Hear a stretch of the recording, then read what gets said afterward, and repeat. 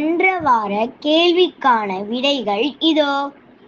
இந்த விடைகளை சரியாக சொன்னவர்கள் ரம்யா மற்றும் சாய்ஷா அவர்கள். 1925-26 தான் அவர் வீட்டை விட்டு வெளியில வந்தார். 1936 தான் ஷிரடி வந்திருக்காரு. ஸோ நியர்லி 10-11 இயர்ஸ் அவருடைய ஒரு இது. அதான் அந்த டைட்டிலே வந்து பார்த்தோம்னா அழகா கொடுத்துருப்பாங்க, சர்ச், டிஸ்கவரி அண்ட் மிஷன். அது மிஷன், அப்புறம் இப்போ டிஸ்கவரி பண்ணியிருக்காரு. மிஷன், பெரிய மிஷன். அவருடைய மிஷன் வந்து என்னென்னலாம் பாபாவுக்காக பண்ணியிருக்காருன்னு பார்த்தோம்னா பெரிய இதாக இருக்கும். ஸோ என்ன பண்ணாருன்னா, அவர் 3 இயர்ஸ் 1936 1939 வரைக்கும் ஷிரடியிலேயே இருந்தார். மராட்டியை படித்தார். அப்புறம் வந்து அங்கே உள்ள டிவோட்டிஸ்டெல்லாம் போய் இன்ஃபர்மேஷன் கலெக்ட் பண்ணார். ஸோ அது வந்து நம்மளுக்கு தாபோல்கர் மாதிரின்ட்டு சொல்லலாம். நம்ம ஏற்கனவே நான் சொன்னேன்ல, தாபோல்கர்லாம் அந்த இன்ஃபர்மேஷன்லாம் வந்து கலெக்ட் பண்ணிட்டு இருந்தாங்கன்ட்டு. இப்போது பாபா கூட இருந்தவங்கலாம் சிலவங்கலாம் இருந்திருப்பாங்களா, அவங்கக்கிட்டலாம் போய் இன்ஃபர்மேஷன் கலெக்ட் பண்ணார். அவருக்கு வந்து இன்னொரு ஜஸ்டிஸ் ரெகின்ட்டு ஒருத்தர் உண்டு, அவர் ஹெல்ப் பண்ணார் கூடவே போய். ஏன்னா மராட்டி என்னதான் தெரிஞ்சிருந்தாலும் கம்ப்ளீட்டாக நல்லா டிரான்ஸ்லேஷன் கரெக்டாக இருக்கணும்ல. ஸோ அந்த மாதிரி ஒவ்வொருத்தரையும் பார்த்து அது ஒரு பக்கம் நோட்ஸ் எடுத்துகிட்டு இருந்தாரு. ஸோ தாபோல்கர் மாதிரி அவரெல்லாம் நோட்ஸ்லாம் எடுத்துகிட்டு இருந்தாருன்னு ஒரு பாயிண்ட் சொன்னேன். பஞ்சபாண்டவர்கள்னு சொன்னனால இன்னும் எக்ஸ்ட்ராஸ் நிறைய சேர்க்கல, கன்ஃபியூஸ் ஆகிடக்கூடாதுல்ல, அதனால. அதர்வைஸ் இன்னொருத்தர் கூட காப்பர்தேன்ட்டு பாலகங்காதர திலக்குக்கு ரைட் ஹேண்டாக இருந்தவர் நான் மென்ஷன் பண்ணியிருப்பேன். அவர் கூட ஷிரடி டைரின்ட்டு இந்த ஒரு புக்கு ஷிரடி சன்ஸ்தானில் வந்து கிடைக்கும். இவரெல்லாம் வந்து பாபா கூடவே இருந்து டைரி எழுதியிருப்பார். கூடவே இருந்துன்னா அங்கேயே ஷிரடியிலே இருந்து காலையிலேருந்து நைட்டு வரைக்கும் என்ன எப்படி டைரி எழுதுவாங்க அப்படி எழுதியிருக்காரு. ஒரு சில 4 மந்த்ஸ்லாம் ஒரு டைம்லலாம் 4 மந்த்ஸ் கூடவே ஷிரடியிலே இருந்திருக்காரு பாபா கூடவே. ஸோ இது ரொம்ப முக்கியமான ஒரு இன்ஃபர்மேஷன் புக்காக வந்து சொல்லுவாங்க. இது எல்லாருக்கும் படித்தா அவங்க எப்படி இருக்கும் தெரியல, ஏன்னா டைரி எழுதியிருப்பார். மேட்டர் இன்னைக்கு பாபா அங்கேருந்து அங்கே போனாங்க, இந்த கதை சொன்னாங்க, அப்படி தான் இருக்கும். கொஞ்சம் வந்து இன்ஃபர்மேஷன் தெரியணும்னு நினைக்கிறவங்களுக்கு இது படித்தா கொஞ்சம் நல்லா இருந்த மாதிரி தெரியும். ஸோ இவங்கெல்லாம் மாதிரி அவரும் உட்காந்து 3 வருஷம் பாபாவை பற்றி தான் ஃபுல், அது ஒரு பக்கம் இன்ஃபர்மேஷன்லாம் கலெக்ட் பண்ணிட்டு இருக்காரு. நம்மளுக்கே வந்து பாபாவை பற்றி தெரிய தெரிய தெரிய தெரிய இப்படியா. இப்போ எனக்குலாம் பாபா புக்ஸ் நான் நெக்ஸ்ட் வீக் உங்களுக்கு காமிப்பேன். நானே வந்து பாபா இப்படிலாம் பண்ணியிருக்காரா அப்படின்ட்டு சும்மாவே நான் சூப்பர் ஸ்டார் சொல்லுவேன். இது சூப்பர் ஸ்டார் ஸ்கொயர் அப்படின்னு போட்டுடலாம், அல்லது இன்ஃபினிட்டின்னு போட்டுடலாம். நானும் அப்படியே அசந்து உட்காந்துட்டேன், பாபா எந்த அளவுக்கு பண்ணியிருக்காரான்னு. அப்போ அவர் நேரடியாக அவங்க பேசுறதெல்லாம் கேட்கும் போது எப்படி இருந்திருக்கும் நரசிம்ம சுவாமியுடைய ஃபீலிங்ஸ் வந்து.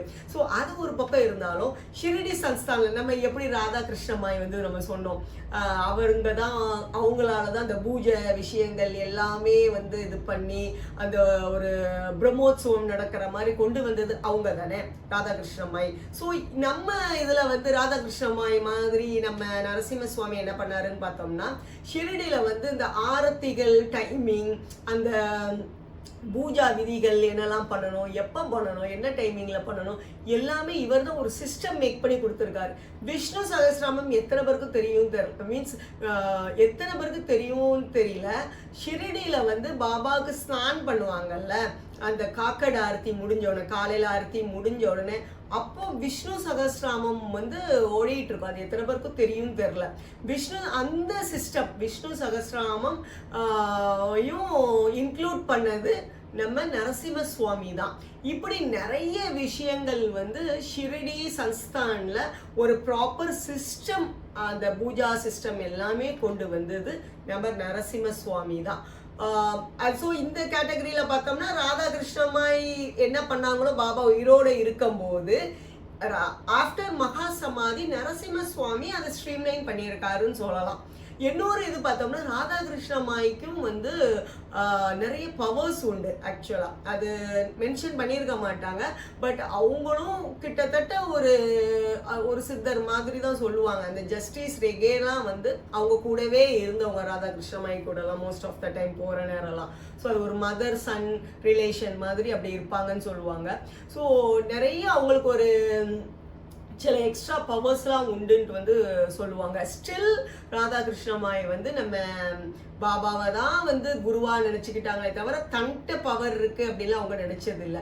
சேம் நரசிம்ம சுவாமியுமே, நரசிம்ம சுவாமி இவ்வளோ ஒரு ஆன்மீக பாதையில வந்திருக்கிற பட்சத்துல அவங்களுக்கும் நிறைய பவர்ஸ் இருந்திருக்கும். பட் ஸ்டில் அவங்க என்னைக்குமே தாங்கிட்ட பவர் இருக்குன்னு நினைச்சதே இல்லை. பாபா தான் தன்னுடைய குரு.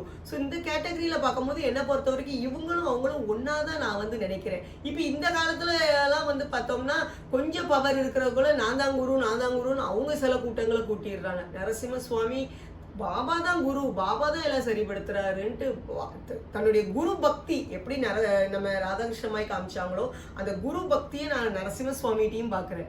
இன்னொரு இது ராதாகிருஷ்ணமாயில வந்து பார்த்தோம்னா ஒரு தடவை அவங்கள போட்டோ எடுக்கிறதுக்கு ட்ரை பண்ணாங்க. இது ஒரு இன்ட்ரெஸ்டிங் இது ஒரு இதில் படிச்சிருந்தது. ராதாகிருஷ்ணமாய வந்து போட்டோ எடுத்துட்டாங்க போல இருக்கு கேமராமேன் வந்து. ராதாகிருஷ்ணமாய் துரத்தி போய் அந்த கேமரா ரோலை பிச்சு போட்டாங்க போல இருக்கு. நீங்க பாத்தீங்கன்னா ராதாகிருஷ்ண மாய்க்கு மட்டும் போட்டோ இருக்கவே இருக்காது, மற்றவங்க எல்லாம் போட்டோ இருக்கும். ராதாகிருஷ்ண மாய்க்கு வந்து எந்த ஒரு போட்டோவும் இருக்காது. ஸோ அதுக்கு காரணம் வந்து இதுதான். ஸோ அந்த அளவுக்கு அவங்களாம் வந்து குரு பக்தி தன்னை காமிக்கணும்னு அவங்க வந்து நினைக்கல. சேம் என்னை பொறுத்த வரைக்கும் இந்த இடத்துல நரசிம்ம சுவாமி ராதாகிருஷ்ணமாயா தான் எனக்கு வந்து தெரியுறாங்க. ஓகே, ஸோ 5 பாண்டவாஸ்ல இது வந்து பாண்டவின்னு சொல்லிக்கலாம் லேடிங்கிறதுனால. ஸோ 1 முடிஞ்சாச்சு. தாபோல்கரை பற்றியும் சொல்லியிருக்கேன். ஸோ தாபோல்கர் இதில் எப்படி அவங்க நோட்ஸ்லாம் எழுதுனாங்களோ அந்த மாதிரி அவங்க புக் எழுதுன மாதிரி இது ஒரு புக்கு. ஸோ மெயின் புக் அவங்க எழுதியிருக்காங்க. அதுவும் தாபோல்கர் கான்செப்ட் நடந்த மாதிரி. அடுத்து இப்போ 3 இயர்ஸ் அங்க இருந்து எல்லாம் கலெக்ஷன் எல்லாம் இது பண்ணிட்டாரு. புக்கு அங்க இருந்துலாம் போடலை, ஷிரடியில இருந்துலாம் போடலை. நான் ஜஸ்ட் தாபோல்கர் கூட கம்பேர் பண்ணணுங்கிறதுக்காக இந்த புக்கை காமிச்சேன். பட் அவர் புக்கெல்லாம் போட்டது தமிழ்நாடு வந்த பிறகுதான். 1939க்கு அப்புறம் அவர் மெட்ராஸ் வந்ததாக போட்டிருக்காங்க. ஆக்சுவலா கோயம்புத்தூர்ல வந்து 1939 தான் சாய்பாபா மடம் அப்படின்ட்டு அவங்க வந்து ஆரம்பிச்சிருக்காங்க. அதுக்கப்புறம் தான் அந்த நாகசாய் மந்திர்லாம் அங்கே இருக்குல்ல, சாய்பாபா மந்திர், அதெல்லாம் இவரால் வர வைக்கப்பட்டது. அதே மாதிரி இங்க வந்து மெட்ராஸ்ல வந்து பார்த்தோம்னா ஆல் இந்தியா சாய் சமாஜ் அப்படிங்கிறத வந்து அவர் கொண்டு வந்தாரு. சமாஜ்னா என்னது, நம்ம அது ஒரு ஒரு குரூப் மாதிரி, அது ஒரு சங்கம் மாதிரி ஆயிருது இல்ல. ஸோ சாய்பாபாக்குன்னு ஒரு சங்கம் மாதிரி கான்செப்ட். பொலிட்டிக்கல் லீடர்ஸ் எல்லாம் வந்து சமாஜ் ஆரம்பிச்சிருக்கிறதுக்கு காரணம் எதுக்கு, தேசபக்தி வந்து எல்லாருக்கும் பரப்பணும் அப்படிங்கிற மாதிரி தானே, எல்லாருக்கும் நல்லதும் பண்ணணும். அதே மாதிரி இங்க வந்து ஆல் இந்தியா சாய் சமாஜ் மூலமா என்னது, சாய் பக்தியை பரப்பணும். இப்போ அவர் என்னென்ன புக்ஸ் எல்லாம் எழுதியிருக்காருன்னா எக்கச்சக்கம் எழுதியிருக்காரு. ஃபர்ஸ்ட் ஹூ இஸ் சாய்பாபான்னு ஒரு புக்கு போட்டிருக்காரு. அதுக்கப்புறம் வந்து ஒண்டரஸ் சாய்பாபான்னு, இது ரொம்ப சூப்பரா இருக்கும். இந்த புக்கெல்லாம் வந்து எல்லாம் கலெக்ட் பண்ணி தான் இந்த பெரிய புக்ல வந்துடும் இன்ஃபர்மேஷன் எல்லாம். அதுக்கப்புறம் சாய் சுதா, இது எல்லாமே அவர் இங்கிலீஷ்ல எழுதினார். அதுக்கப்புறம் தான் எல்லாமே தமிழாக்கம் வந்து ஆல் இந்தியா சாய் சமாஜ் மயிலாப்பூர்ல இருந்து டிரான்ஸ்லேட் பண்ணியிருக்காங்க. அவர் எல்லாமே இங்கிலீஷ்ல தான். அவர் அவ்வளோ புக்ஸ், இது சார்ட்டர்ஸ் அண்ட் சேயிங்ஸ் சில புக்கு. அதுக்கப்புறம் ஒரு மேகசின் அவர் வந்து போட்டார், சாய் சுதான். இப்பவும் கிடைக்கிது. நான் எப்பெல்லாம் வந்து சென்னை போக வேண்டிய சூழ்நிலை வந்துச்சுன்னா அந்த நேரம்லாம் அந்த இது வாங்கிட்டு வருவேன். இதில் வந்து ஒரு பியூட்டி என்னன்னா, இதுக்குள்ள வந்து அவர் இங்கிலீஷ்ல இருக்கும், சான்ஸ்கிரிட்ல இருக்கும், தெலுங்குல இருக்கும், தமிழ்ல இருக்கும். மெயின் இங்கிலீஷ், கொஞ்சம் சான்ஸ்கிரித்தும் கொடுத்துருப்பாங்க. இது சில ஏதாவது ஒரு தெலுங்குலையும் வரும், தமிழ்லையும் வரும். இப்பவும் அதே மாதிரி இந்த புக்கில் 4 லாங்குவேஜ் கண்டென்ட்ஸும் இதில் வந்து இருக்கும். ஸோ யார் யாருக்கு எந்த இது தேவையோ, அதாவது சேம் கண்டென்ட் டிரான்ஸ்லேஷன் கிடையாது. சில இன்ஃபர்மேஷன் தெலுங்குல கொடுத்துருப்பாங்க, சில ஏதாவது ஒரு ஸ்டோரி, சில இது வந்து இங்கிலீஷில் இருக்கும், சில இது சான்ஸ்கிரிட்ல வரும், சில இது தமிழில் வரும். சான்ஸ்கிரிட் இருக்கான்னு எனக்கு ரொம்ப ஞாபகம் இல்லை. இப்போ அந்த 3 லாங்குவேஜ் இதுவுமே நான் வந்து பார்த்துருக்கேன். ஸோ இது இப்பவும் கிடைக்கிது, சாய் சுதா மேகசின். ஸோ நீங்கள் வாங்கி படித்து பார்க்கலாம். மயிலாப்பூர் கோயிலில் வந்து போனீங்கன்னா புக்ஸ் எல்லாம் ஒரு பக்கம் இருக்கட்டும். அது போக அவர் தான் வந்து இப்போ நம்ம எல்லா தமிழ்நாட்டு சாய்பாபா கோயிலில் ஒய் ஃபியர் ஐ ஆம் ஹியர் அப்படின்ட்டு ஒன்று நீங்கள் பார்த்துருப்பீங்க. அந்த ஸ்லோகத்தையும் அவர் வந்து ஸ்ப்ரெட் பண்ணவர் நம்ம நரசிம்ம சுவாமி தான். So why fear I am here, அது வந்து நீங்கள் பார்த்தீங்கன்னா அவுட் ஆஃப் தமிழ்நாடு அந்த லெட்டர் இருக்கான்னு எனக்கு தெரியல. நான் ரொம்ப ஷிரடியிலலாம் அது பார்த்ததில்லை. பட் தமிழ்நாட்டில் உள்ள மேக்சிமம் டெம்பிள்ஸில் அந்த இது பார்த்துருக்கேன். ஸோ அது நரசிம்ம சுவாமி கொண்டு வந்தது தான். அது போக அவர் லாக்கெட்ஸ், ரிங்ஸ், பட்டன்ஸ், அப்புறம் சின்ன சின்ன சில்வர் பாதுகாஸ், இதெல்லாம் கூட அவங்க வந்து இது எல்லாம் டிஸ்ட்ரிபியூட் பண்ண ஆரம்பிச்சாங்க. ஸோ எல்லாருக்கும் கொடுக்கறது. அதுக்கப்புறம் அவர் ஒவ்வொரு இடமா போய் போய் போய் சாய் டெம்பிள் ஓப்பன் பண்ணுறது. தமிழ்நாடுக்கு உள்ள மட்டும் இல்லை, வேற வேற ஸ்டேட், மைசூர், பெங்களூர், கொல்கத்தா, பெங்கால், எங்க எல்லாம் ஆல் ஓவர் இந்தியா. அதுதான் சொல்லிட்டேனே, ஒரே ஆளா இருந்து ஒவ்வொரு இடம், சில நேரம் கூட ஆட்கள் வருவாங்கன்னு வச்சுப்போம். பட் மோஸ்ட்லி அவர் தனியா ஆளாவே நடந்து போறது, பார்க்ல பேசுறது, ஸ்கூல்ல பேசுறது, கிளப்ஸ்ல பேசுறது. ஸோ இப்படி ஒவ்வொரு இடத்துலையும் அவர் வந்து சாய் பக்தியை வந்து பரப்புறதுக்கு அவர் முயற்சி பண்ணியிருக்காரு. அப்புறம் வந்து சாய்பாபா இது கூட்டம் வந்து மெட்ராஸ்ல தான் வந்து ஃபர்ஸ்ட் நடந்துச்சு. அது போக இப்போ ராமநவமி நம்மளுக்கு வந்து April 6 வருது. ஸோ இப்போ நான் நரசிம்ம சுவாமியை பற்றி இந்த வாரம் நான் வந்து பேசுகிறேன்னா, அது வந்து பாபாவுடைய அருள், நரசிம்ம சுவாமியுடைய அருள் தான் நான் வந்து சொல்லணும். ஏன்னா நம்ம தமிழ்நாட்டில் இந்த ராமநவமி ஃபெஸ்டிவல் எல்லாம் வந்து பாபாவுடைய அவதார நாள் அப்படிங்கிற கான்செப்ட்ல கொண்டு வந்தது இந்த நம்ம நரசிம்ம சுவாமி தான். 3 சாய் ஃபெஸ்டிவல்ஸ்ன்னு கொண்டு வந்தார். 3 சாய்பாபா ஃபெஸ்டிவல்ஸ் என்னன்னா, ராமநவமி ஒன்று, குரு பூர்ணிமா ஒன்று, மகா சமாதி நாள் அந்த இது. ஸோ இந்த 3 ஃபெஸ்டிவல் சாய்பாபாவுடைய ஃபெஸ்டிவல் அப்படின்ட்டு கொண்டு வந்ததும் இவர் தான். ஸோ நிறைய கேரக்டர் ராதாகிருஷ்ணமாய் வந்து திருப்பி வந்த மாதிரி தான் கொஞ்சம். ஸோ இதெல்லாம் ஒரு பக்கம். அடுத்தவங்க வந்து சாந்தோர்கரை பற்றி பார்ப்போம். நானா சாஹேப் சாந்தோர்கர் வந்து ஏற்கனவே ஒவ்வொருத்தரையா ஸ்ப்ரெட் பண்ணாரு, நம்ம சொல்லியிருக்கேன் ஏற்கனவே. ஆனால் அவர் இன்னொரு பாயிண்ட் என்னன்னா, சாந்தோர்கர் வந்து எப்போவுமே அவர் கூட உதி வச்சிருப்பார். ஒரு டப்பால வந்து உதி வச்சிருப்பாரு. அது உதி யாருக்காவது தேவைப்பட்டுச்சுன்னா அந்த உதியை எடுத்து அவர் கொடுப்பாரு, அல்லது அவர் பூசி விடுவாரு. பாபாவை நினைச்சு, யாருமே தன்னாலங்கிறது பாயிண்ட் கிடையவே கிடையாது. ஸோ பாபாவை வந்து நினைச்சு அந்த உதியை வந்து அவர் கொடுப்பாரு. ஸோ எப்பவுமே அவர்கிட்ட வந்து நானா சாஹேப் சாந்தோர்கிட்ட ஒரு பாக்ஸில் வந்து ஊதி வச்சிருப்பாரு. அதே மாதிரி இங்க நம்ம நரசிம்ம சுவாமி வந்து என்ன பார்த்தோம்னா, ஒரு தோல் பை போட்டிருப்பாரு. அந்த தோல் பையில 3 ஐட்டம்ஸ் வச்சிருப்பாரு. ஒன்று ஷிரடியோடைய உதி, இன்னொன்று பார்த்தோம்னா பாபாவுடைய ஃபோட்டோ, கார்ட் சைஸ் ஃபோட்டோ ஒன்று வச்சிருப்பாங்க.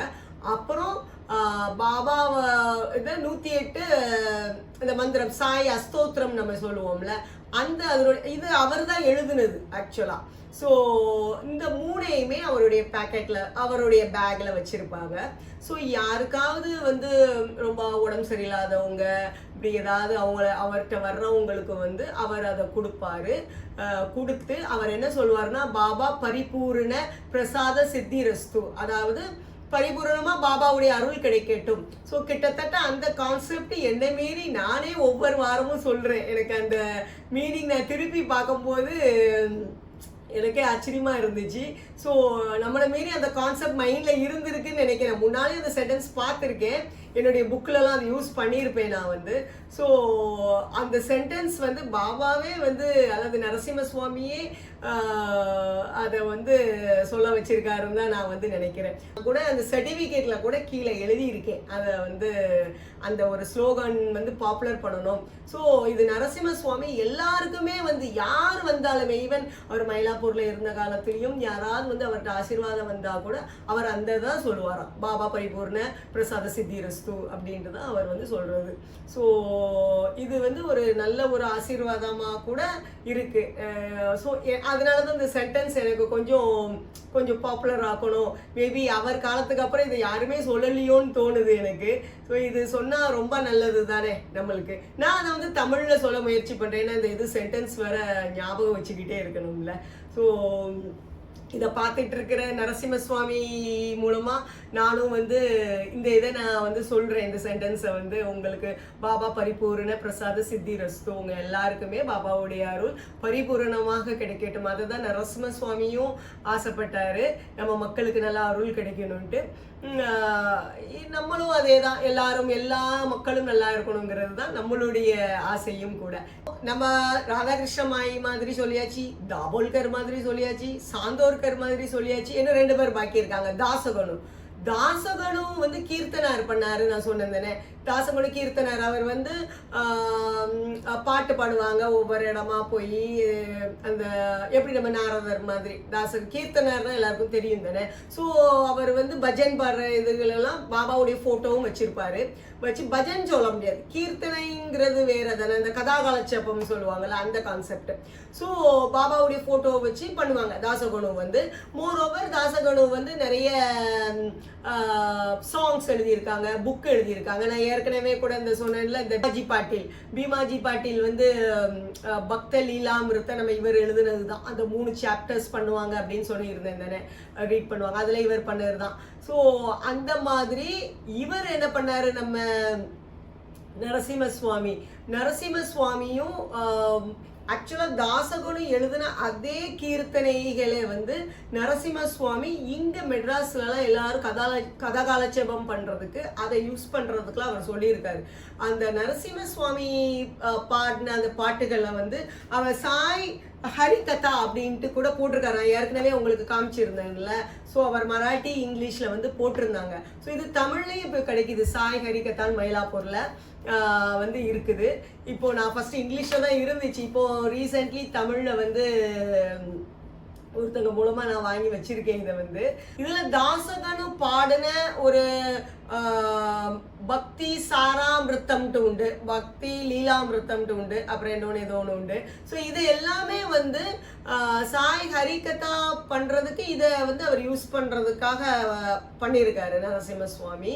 அது போக நம்மளுக்கு நரசிம்ம சுவாமி எப்படி ஒவ்வொரு இடத்துலையும் கதாகாலட்சேபம் பண்றதுக்கு பாபா போட்டோ வச்சுக்கிட்டு பண்ணுவார்ல, இவர் நம்ம பாபாவை வந்து ஒவ்வொரு பாபா போட்டோவை ஒவ்வொரு வீடுகளுக்கும் போய் பஜன் பண்ண வச்சிருக்காரு. இவர் ஒவ்வொரு வீடுகளுக்கும் கொண்டு போய் அந்த கான்செப்ட் இப்பவும் நிறைய பேர் பாபாவுடைய விக்கிரகத்தை வந்து ஈவன் எங்க திருச்செந்தூர் சாய்பாபா அண்ணாச்சி கூட சொல்லுவாங்க, சின்ன விக்கிரகம் வச்சிருப்பாங்க, வீடுகளுக்கு கொண்டு போய் பூஜை பண்ணிட்டு வர்றது அப்படின்ட்டு. ஸோ இது எல்லாமே நம்ம நரசிம்ம சுவாமி தான் ஸ்டார்ட் பண்ணியிருக்காரு, ஒவ்வொரு வீடுகள்லையும் போய் அந்த பூஜை பண்றது.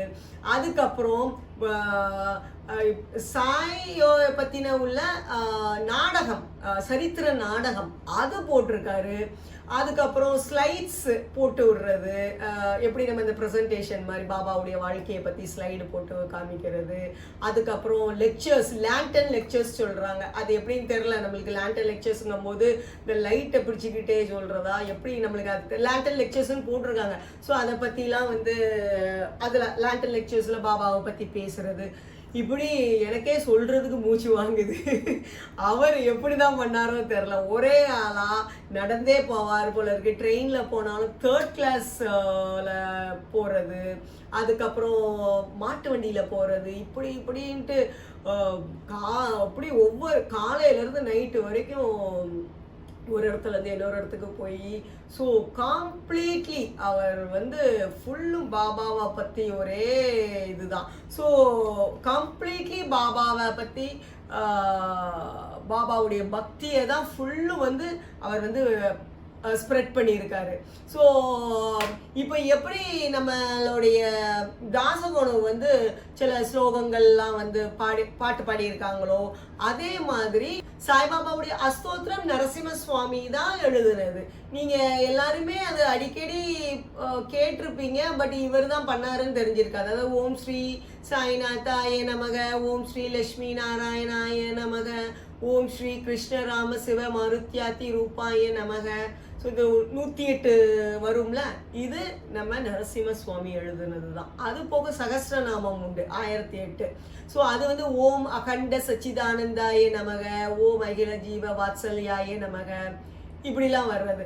இது எல்லாமே வந்து நரசிம்ம சுவாமி தான் எழுதுனது. ஸோ அந்த வகையில் பார்க்கும்போது இவர் தாசகனுவாவும் மாறி இருக்காருன்னு சொல்லலாம் நம்ம நரசிம்ம சுவாமி. இப்போ 1956 நரசிம்ம சுவாமி காலமானார். ஆக்சுவலி 1943 மைசூருக்கு போயிருக்க இடத்துல மாட்டு வண்டினால அவர் அடிபட்டு அவர் ஒரு 8 வாரம் படுத்த படுக்கையே ஆயிட்டாரு. நம்மளா இருந்தா என்ன பண்ணுவோம், எந்திரிக்க முடியலன்னா புலம்பிட்டே இருப்போம். அவர் என்ன பண்ணாருன்னு நினைக்கிறீங்க? 8 வாரத்துல அவர் வந்து அந்த 8 வாரத்துல அவர் வந்து இந்த டிவோட்டிஸ் எக்ஸ்பீரியன்ஸ் இந்த இதெல்லாம் இருக்குல்ல, எல்லாத்தையும் சேர்த்து இந்த புக்கு லைஃப் ஆஃப் சாய்பாபாங்கிற புக்கை வந்து அவர் அந்த நேரத்துல அவர் டிக்டேட் பண்ண அவருடைய பக்தர் நம்ம நரசிம்ம சுவாமிக்கும் கொஞ்சம் இருப்பாங்கல்ல, அவங்கள ஃபாலோ பண்றவங்களும். ஸோ அவங்களாம் ஹெல்ப் பண்ணாங்க. ஒருத்தங்க வந்து ராஜகோபாலா யாரோ ஒருத்தங்க, அவங்க ஷார்ட் ஹேண்ட்ல எழுதி, இவர் படுத்த படிக்க இருந்து அதை டிக்டேட் பண்ண இவர் ஷார்ட் ஹேண்ட் எல்லாமே டைப் ரைட்டிங் எல்லாம் பண்ணி இந்த புக்கை வந்து ஆக்சுவலாக பெரிய புக்காக மொத்தமாக போடலை, அது அப்புறம் தான் ரிலீஸ் பண்ணாங்க. அவங்க பார்ட் 1, பார்ட் 2, பார்ட் 3, 4 பார்ட்ஸாக போட்டது தான் இந்த பார்ட். அது அந்த புக்கோடைய எல்லாம் சேர்ந்தது தான் இந்த புக் அப்படிங்கிற மாதிரி வந்து ஆக்சுவலாக சொல்கிறாங்க. ஸோ அந்த டைமையும் அவர் நேரத்தை வேஸ்ட் பண்ணாமல் இதுதான் அவர் வந்து பண்ணியிருக்காரு. அவர் வந்து அந்த நடக்க முடியாம அவர் அந்த 8 வாரத்துக்கு அப்புறமும் கால் நொண்டினாலும் அவர் அதுக்கப்புறமா எல்லா இடமும் போனதாக தான் சொல்றாங்க. ஆக்சுவலா அப்பவும் அவர் நிக்கல அவர் இதுக்கு வந்து. ஸோ அது பாபா மேல அப்படி ஒரு பக்தி, அது பெரிய ஆச்சரியம். நரசிம்ம சுவாமி பிரச்சாரம் பண்ண மாதிரி யாருமே வந்து பாபாவுக்கு வந்து பண்ணலை. ஸோ அவர் நம்மளுடைய சாய்பாபாவோட வாழ்க்கையிலேயே அவர் ஒரு ஒரு ஒரு முக்கியமான ஒரு ஆள். நம்ம எல்லாருமே each and every Sai citizen வந்து அவர் நம்ம தேங்க் பண்ணணும். இன்னைக்கு பாபாவை பற்றி இந்த அளவுக்கு எல்லாருக்கும் தெரியுது, இந்த அளவுக்கு எல்லா இன்ஃபர்மேஷன் நிறைய இதாக இருக்கு, ஒரு சிஸ்டம் ஃபார்ம் ஆகிருக்கு. எல்லாத்துக்குமே காரணம் நரசிம்ம சுவாமி தான். அவர் 1956 வந்து கிட்டத்தட்ட 83 வயசுல அவர் வந்து காலமானாரு. அவர் அதுக்கு முன்னால கூட அவர் ஏதோ பாத்ரூம்ல ஸ்லிப் ஆகி விழுந்துட்டாங்கம்பாங்க, இறக்குறதுக்கு கொஞ்ச நாள். அப்பவும் கூட அவர் வந்து அவருடைய மேகசினுக்கு எடிட்டோரியல் ஒர்க் பண்றதும் படுத்திருந்தே. ஸோ ஃபுல் அண்ட் ஃபுல் அவருடைய உயிர் மூச்சு போற வரைக்கும் அவருக்கு ஒன்லி பாபா பாபா பாபா தான். இப்படிப்பட்ட நம்ம நரசிம்ம சுவாமிய ஷிரடியில எப்படி ஆனர் பண்ணியிருக்காங்க. இதுல இன்னும் ஒரு ஆள் மிச்சம், காக்கா சாஹேப் தீக்ஷித்தை பத்தி சொல்லலாம் நினைப்பீங்க. 4 பேரும் பாயிண்ட் சொல்லிட்டேன், 5ஆவதா இடம் மிச்சம் இருக்காங்க. நான் இந்த பாயிண்ட்டை வந்து கம்ப்ளீட் பண்ணிடுறேன். ஏன்னா அவருடைய மகா சமாதி டேட்டை சொல்லிட்டேங்கிறனால 1956 19th அக்டோபர். அது கூட பாருங்க, 15th அக்டோபர் 1918 நம்ம சாய்பாபா மகா சமாதி ஆனாரு. இவங்க நம்ம நரசிம்ம சுவாமி வந்து 19th அக்டோபர் 1956 வந்து மகா சமாதியானாங்க அவங்க வந்து. ஸோ இப்போ அதான் ஷிரடியில் வந்து எப்படி அவங்கள வந்து ஆனர் பண்ணியிருக்காங்கன்னா, இந்த ஜட்ஜி சொன்னல ரெஜே REG போடுறாங்க, ரெகேன்னு நினைக்கிறேன்.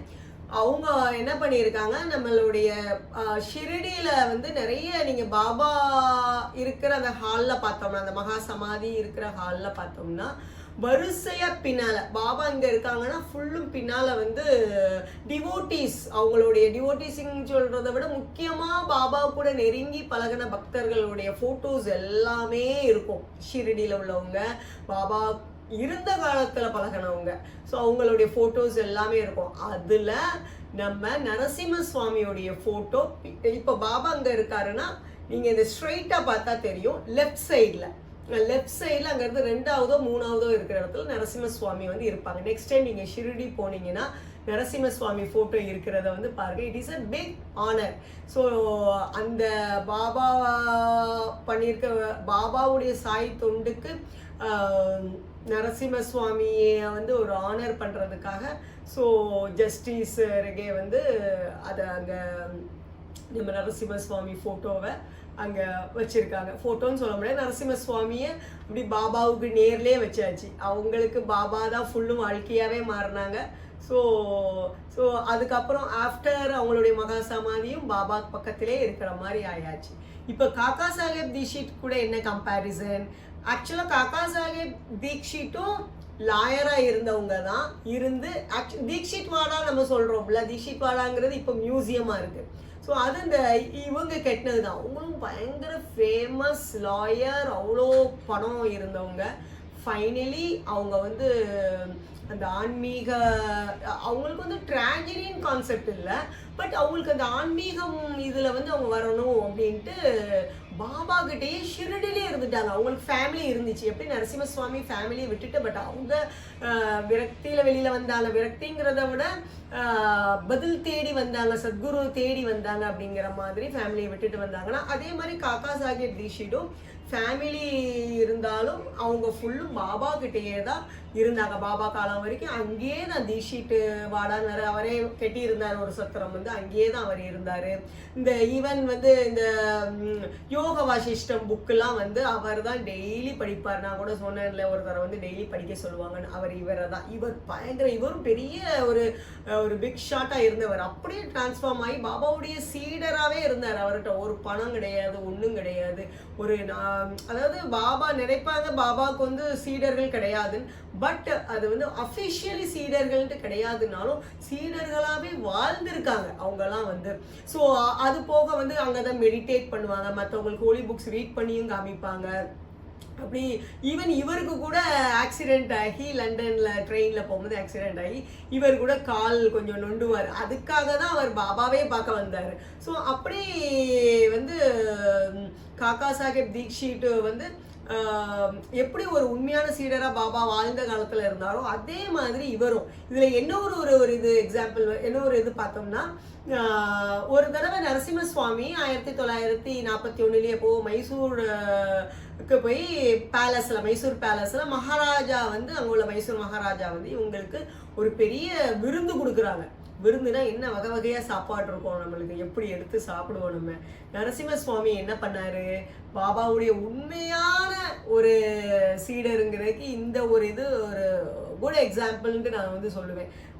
நம்ம வந்து என்ன பண்ணுவோம், வெளி இடத்துல சாப்பிடும் போது கூட எப்படி யோசிப்போம். அவர் என்ன பண்ணாரு, எல்லா சாப்பாடையும் மொத்தமாக மிக்ஸ் பண்ணி ஒரு பெரிய பால் ஆக்கிட்டார். எப்படி பாபா வந்து எல்லாத்தையும் மிக்ஸ் பண்ணிடுவாரோ அதே மாதிரி நரசிம்ம சுவாமியும் அந்த பேலஸில் எல்லா சாப்பாடையும் மொத்தமாக மிக்ஸ் பண்ணி அவர் வந்து ஒரு பெரிய உருண்டையாக வச்சுட்டாரு. அதுலேருந்து ஒரு சின்ன 3 உருண்டை தனக்கு மட்டும் வச்சுட்டாரு.